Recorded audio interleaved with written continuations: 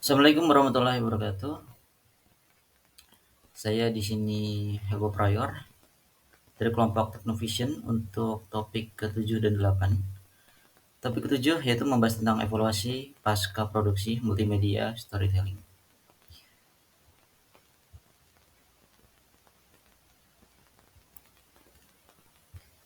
Ya, di mana pengalaman evaluasi multimedia ini saya membaginya menjadi tiga, yaitu evaluasi formatif, yaitu mendapatkan masukan dari rekan sejawat tentang desain visual, kejelasan narasi, dan interaksivitas modul.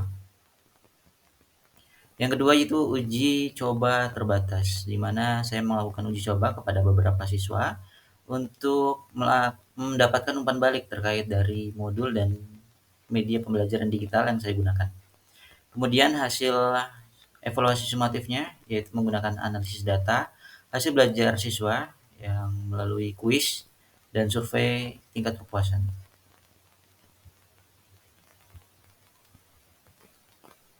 Selanjutnya, ini adalah elemen-elemen evaluasi pasca produksi. Yang pertama adalah desain visual dan antarmuka, di mana evaluasi warna, tata letak audio, navigasi, dan navigasi antarmuka.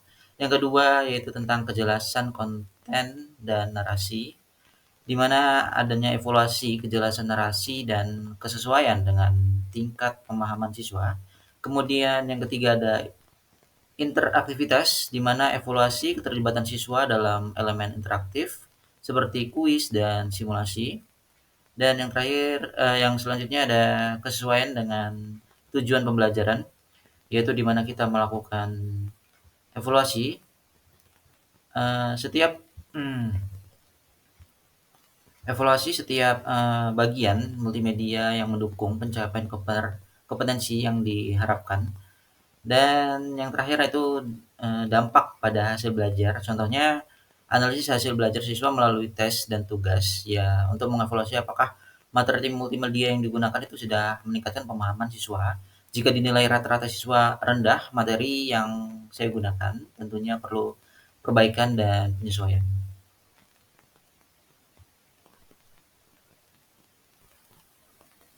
Kemudian contoh penerapan evaluasi.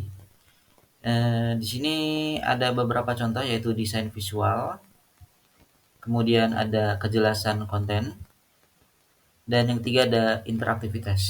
Desain visual seperti warna yang terlalu mencolok atau mengganggu konsentrasi siswa dalam upaya untuk menerap ilmu. Kejelasan konten, ya, istilah teknis dalam modul perlu dilengkapi dengan glosarium atau istilah-istilahnya ada pengertiannya seperti itu. Dan yang terakhir ada interaktivitas. Tingkat interaksi yang rendah dapat diatasi dengan menambahkan elemen lain seperti gamifikasi dan lain sebagainya. Kemudian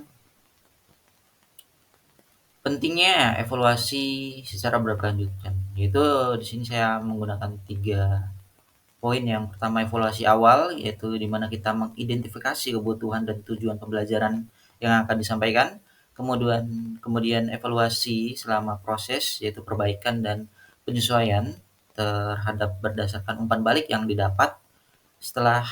Dan yang terakhir adalah evaluasi akhir, di mana analisis aktivitas materi yang dan dampak dari hasil belajar siswa tersebut.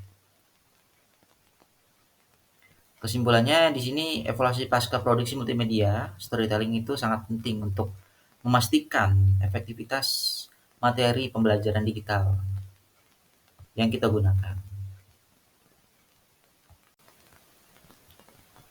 Tes. Assalamualaikum warahmatullahi wabarakatuh. Di sini untuk topik selanjutnya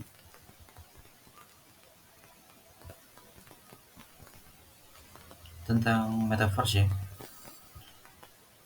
Di sini topik 8 tentang metaverse dalam pendidikan, di mana metaverse menawarkan kesempatan baru untuk meningkatkan pengamatan belajar dengan teknologi imersif. Metaverse dapat menciptakan lingkungan belajar yang interaktif dan menarik. Penggunaan elemen metaverse dalam rutinitas belajar. Yang pertama ada kelas virtual, di mana siswa menghadiri kelas virtual di ruang metaverse, berinteraksi dengan siswa dan guru melalui avatar atau karakter yang telah dibuatnya. Seperti di sini kita menggunakan spasial, Getzer, dan lain sebagainya. Kemudian yang kedua ada simulasi praktikum, melakukan simulasi praktikum menggunakan sketsa tempat yang kita buat seperti laboratorium visual, di mana siswa dapat berlatih keterampilan tanpa peralatan fisik. Kemudian yang ketiga ada kolaborasi proyek, kolaborasi siswa dengan teman-temannya dengan di ruang kerja virtual yang interaktif, berbagi ide, membuat prototipe dan mempresentasikan hasilnya. Kemudian yang selanjutnya ada eksplorasi materi pembelajaran, di mana siswa mengeksplorasi materi pembelajaran dalam 3D seperti model anatomi tubuh manusia, model ekosistem, dan simulasi interaktif lainnya.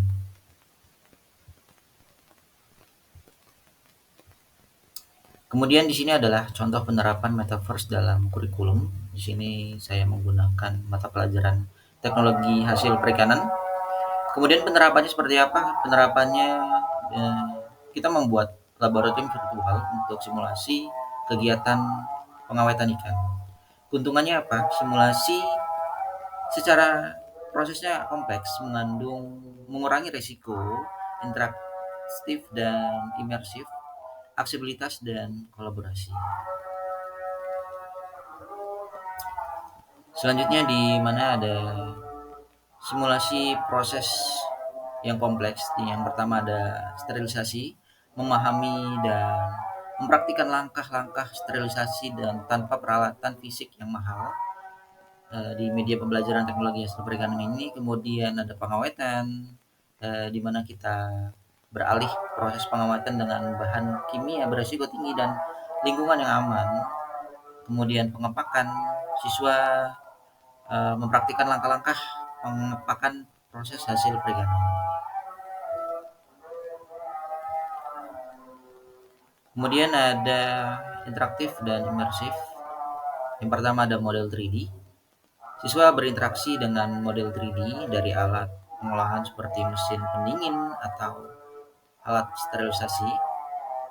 Kemudian pengalaman visualnya memperkuat pemahaman teori melalui pengamatan visual yang lebih mendalam.